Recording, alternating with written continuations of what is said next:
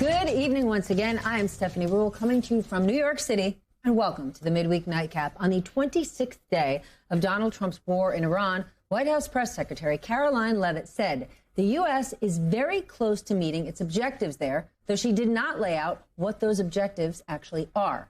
She would not say who in Iran the U.S. is negotiating with or what exactly the president was talking about yesterday when he talked about receiving a very big present from the country. But a diplomatic source stationed in Iran tells MS Now that Iran has rejected the reported U.S. peace plan, and it wants to set its own conditions. And they include things like reparations for damage from the war and international recognition of Iran's authority over the Strait of Hormuz, which would be non-starters with the Trump administration.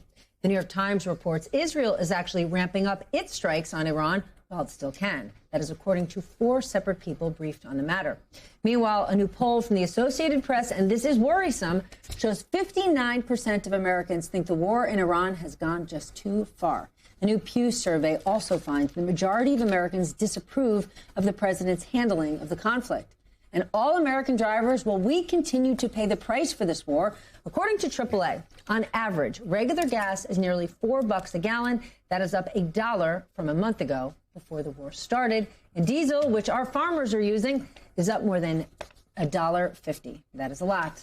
So now let's bring in our nightcap. Evan McMorris-Santoro joins us, reporter for Notice. Brendan Greeley is back, contributing editor at the Financial Times. Mark McKinnon, former advisor to both George W. Bush and John McCain. And Jeffrey Sonnenfeld, Senior Associate Dean for Leadership Studies at the Yale School of Management. His new book is Trump's 10 Commandments, Strategic Lessons from the Trump Leadership Toolbox. It is out at the end of this month, which means any day now. Evan, let's start with you. This weekend, the war is going to hit 1 month officially. How does the White House talk about the conflict now versus what they said in the beginning? Because those are two very different things. Well, it's changed basically every day of this war. The interesting thing about this whole conflict is that we start each day with a blank chalkboard, basically. What are we doing? Why are we here? What's going on? At this point now, when you're talking about these negotiations, it's such an interesting thing because this started out as we're going to win this thing in 2 weeks. We're going to go in there. We're going to topple this regime. And now we're talking about negotiations with the same regime. And the negotiations are in a way that it's the United States that is really more interested in them than the Iranians, it feels like. Like they're the ones who are setting these tone, they're setting the agenda, they want to do all these sort of deals. They want to push back on us on what Trump is offering them. This administration, it feels like it's the one that's really interested in getting out of this thing that they put themselves into. And as you talk to them, they don't ever really say this directly to you, but you do see them really trying to push this thing off of people's minds. Like they don't want, look, we've got this. We're handling it. It's almost over. That's what they keep saying. And it's every day. It's almost over as we're sending more troops over there and spending billions of dollars. Mark, the Wall Street Journal reports that the peace plan that the U.S. sent to Iran is basically what we were pushing for before the war, before lives were lost. Yeah, exactly. Well, I worked for George W. Bush, so I still got the bruises. And I remember, and it makes me wonder if anybody in this administration was around then. Because the objectives here are I think most broadly speaking, understandable, and I would support that this regime is perhaps an existential threat to at least the region and perhaps broader than that. But the execution of this has been so flawed, and I just go back to the Iraq War, and there's so many assumptions that were based on bad information. And we paid the consequences for it. But so as I just see this, I say, okay, great. The objective was right, but the execution has been flawed in almost every respect.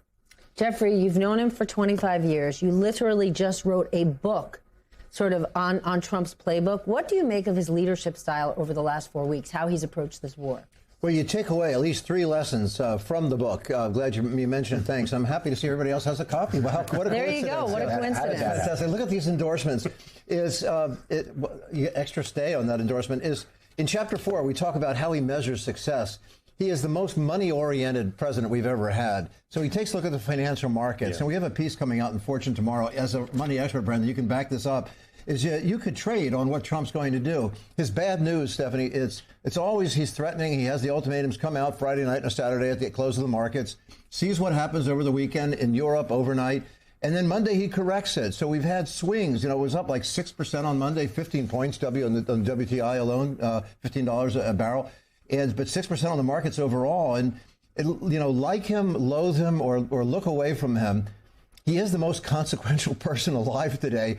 He moved the markets 20%, obviously, on Liberation Day. So one thing is just his metrics, and But is that a good or a bad thing? Oh, it's horrifying. Hold on, because look at the surge in trading volume. Yeah. What, 15 minutes before he makes these announcements? Yeah, that's consequential. Yeah, somebody is figuring out what's going on there, but it doesn't have to be just the insiders. None of us should be surprised, as we know he's going to reverse himself. It's predictable. We're putting the data out in an article coming out in Fortune tomorrow morning, where you can see that every one of these crises is predictable. But another lesson to learn about, not to emulate him, but to watch out for him, is he hates coalitions. Now he's out begging for the EU, and that's not working. Maybe Keir Starmer's responding a little bit in the UK, but he wants the NATO. It's not a NATO issue. They're not responding to help. He's not getting support at all, obviously, from Congress. He's trying to get $200 billion. He didn't ever try to sell it, make any friends there, and explain what's going on. So he hates coalitions, because that's how you take down a bully. So it's divide and conquer, and that comes after him now. And perhaps a third piece of the puzzle is that. It's a sleeper effect. He's constantly arguing false information, and he thinks by just repeating and repeating and repeating, it'll eventually stick. 22% of the country thinks we had election fraud in 2020, despite 64 court decisions, including Trump-dominated courts and the rest, and 20% of the country thinks that Haitian refugees are eating their neighbors' pets, because he keeps repeating false information, despite the Republican mayor, Republican governor, and the police chief saying that was false in Springfield, Ohio. So these are 3 lessons to watch out for. That's what he's doing right now. I think he has a challenge now that he didn't have before, which is that when we looked at Liberation Day, that was a situation that he could control on Truth Social. He controlled this is a great point. Unilaterally the tariffs. He could raise them, he could lower them. It was clear that he was having fun doing it and watching everybody jump when he wrote something on Truth Social. He's now in a situation he can no longer unilaterally control. That's the problem. He cannot taco his way out of this, because we're already seeing long-term effects, and there's some long-term effects that we know are coming that we haven't even felt yet. It takes a tanker 18 to 25 days to get to a port in Asia. So we're not that far out from the beginning of the war. We're only going to see consequences with our allies in Asia, this week. And so already the price of oil is no longer unilaterally controllable by Donald Trump. Goldman Sachs put out a note today saying there's already a risk premium on oil. And what that means is it doesn't matter what he says. They're just bargaining. They're calculating in. They don't know what's going to happen. It's going to be $10 Okay, more but expensive. to that very point, we just heard from an Iranian military official today that said, no. The Strait of Hormuz will not return to what it was. And Iran is going to decide who gets to pass through and when. That's already happening. Perspective and that raises the issue at this point in the war: who has leverage?